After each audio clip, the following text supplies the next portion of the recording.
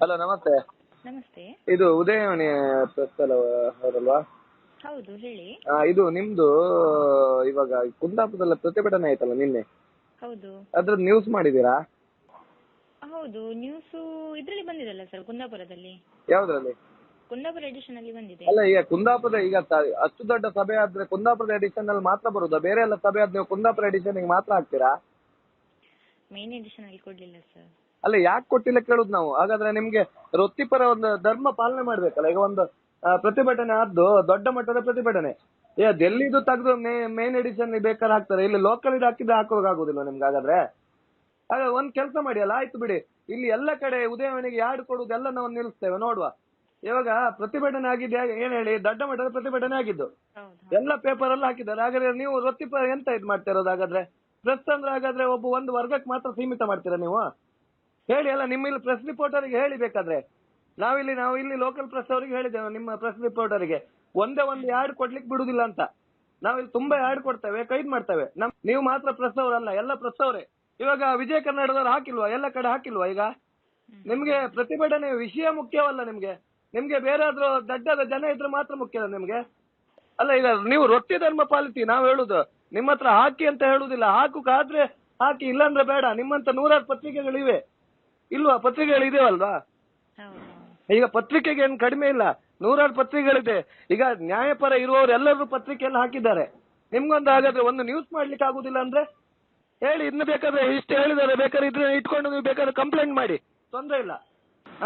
ಅನ್ಯಾಯದ ವಿಷಯ ಇಟ್ಕೊಂಡು ಪ್ರತಿಭಟನೆ ಮಾಡಿದ್ದೇವಾ? ಇಲ್ಲಲ್ಲ. ನಿಮ್ಗೆ ಇದೊಂದು ಹಾಕ್ಲಿಕ್ಕೆ ಆಗುದಿಲ್ಲ ಅಂದ್ರೆ ಹಾಗಾದ್ರೆ ನೀವು ಎಂತ ವೃತ್ತಿ ಧರ್ಮ ಸ್ಥಾಪನೆ ಇದ್ ಮಾಡ್ತೀರಾ ಹೇಳಿ ನೀವು? ನಿಮ್ದೀಗ ಪೇಪರ್ ಅಂದ್ರೆ, ಪತ್ರಿಕೋದ್ಯಮ ಅಂದ್ರೆ ಎಲ್ಲರ ಬಗ್ಗೆ ಬರಿಬೇಕು, ಕೆಟ್ಟದ್ದು ಬರಿಬೇಕು, ಒಳ್ಳೇದು ಬರಿಬೇಕು. ಈಗ ಒಳ್ಳೆ ಕಾರ್ಯ ಮಾಡಿರೋದ್ರ ಬಗ್ಗೆ ಬರೀಲಿಕ್ಕೆ ನಿಮ್ಗೆ ಯಾರೋ ಏನೋ ಹೇಳ್ತಾರಂತ ಬರೀತಿಲ್ಲ ಅಂತ ಹೇಳಿದ್ರೆ ಹಾಗಾದ್ರೆ ನೀವು ಎಂತ ವೃತ್ತಿ ಧರ್ಮ ಪಾಲನೆ ಮಾಡ್ತೀರಾ ಹೇಳಿ? ಇವಾಗ ನಮ್ಮನೆಗೂ ಉದಯವಾಣಿ ಬರುದು, ನಾಳೆಯಿಂದ ಅದನ್ನು ಕೈದ್ ಮಾಡಿಸ್ತೇನೆ ನಾನು. ನಮ್ಮ ವ್ಯಾಪ್ತಿಯಲ್ಲಿ ನಮ್ಮ ಸಂಪರ್ಕದಲ್ಲಿ ಇರುವವರು, ನಾವು ಈ ಸೌಜನ್ಯ ಪರ ಹೋರಾಟದಲ್ಲಿ ಇರುವವರು ಎಲ್ಲರೂ ಉದಯವಾಣಿನ ಕೈದ್ ಮಾಡ್ತೇವೆ ನೋಡಿ. ನೀವು ಹಾಗಾದ್ರೆ ಯಾರ ಹತ್ರ, ನಮ್ಮ ಸೌಜನ್ಯ ಒಂದು ವಿಷಯದಲ್ಲಿ ಇರುವ ಹುಡುಗರ ಹತ್ರ, ನಾನು ಎಲ್ಲರ ಹತ್ರ ನಾನು ಹೇಳ್ತೇನೆ, ಉದಯವಾಣಿ ಹಾಕಬೇಡಿ ಅಂತ. ಈ ವಿಷಯ ಇಟ್ಕೊಂಡು ಕಂಪ್ಲೇಂಟ್ ಮಾಡುದಾದ್ರೆ ಮಾಡಿ, ಆಯ್ತಾ? ಈ ನಂಬರ್ ಇದೆಯಲ್ಲ, ಈ ನಂಬರ್ಗೆ ಕಂಪ್ಲೇಂಟ್ ಮಾಡಿ. ಅಲ್ಲ, ಯಾರಲ್ಲ ಮೇಡಮ್, ನೀವು ಉತ್ತರ ಕೊಡ್ಬೇಕಲ್ಲ. ಯಾಕೆ ಹಾಕಿಲ್ಲ ಅಂತ ಉತ್ತರ ಕೊಡಿ. ಯಾಕೆ ಹಾಕಿಲ್ಲ ಅಂತ ಉತ್ತರ ಕೊಡಿ ಮೇಡಮ್. ನೀವು ಸರ್ ಅಂದ್ರೆ ಆಗತ್ತಾ? ಡಿಪಾರ್ಟ್ಮೆಂಟಿಗೆ. ಓಕೆ. ಅಲ್ಲ, ಡಿಪಾರ್ಟ್ಮೆಂಟಿಗೆ ಇನ್ನು ನೀವು ಹಾಕೋದು ಬೇಡ. ನಿನ್ನೆ ಪ್ರತಿಭಟನೆ ಆಗಿದ್ದು ಇವತ್ತು ಆಗ್ಬೇಕಿತ್ತು. ಖಾಲಿ ಕುಂದಾಪುರ ಜನ ಎಷ್ಟಿದ್ದಾರೆ ಎಲ್ಲ ಬಂದು ಅಲ್ಲಿ ನೋಡಿದ್ದಾರೆ ಪ್ರತಿಭಟನೆ ಆಗಿದ್ದು.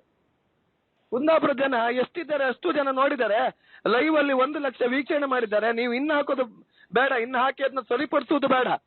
ಅಲ್ಲ, ನೀವು ಹಾಗಾದ್ರೆ ಎಂತ ವೃತ್ತಿ ಧರ್ಮ ಪಾಲನೆ ಮಾಡ್ತೀರಾ ಮೇಡಮ್ ಹಾಗಾದ್ರೆ?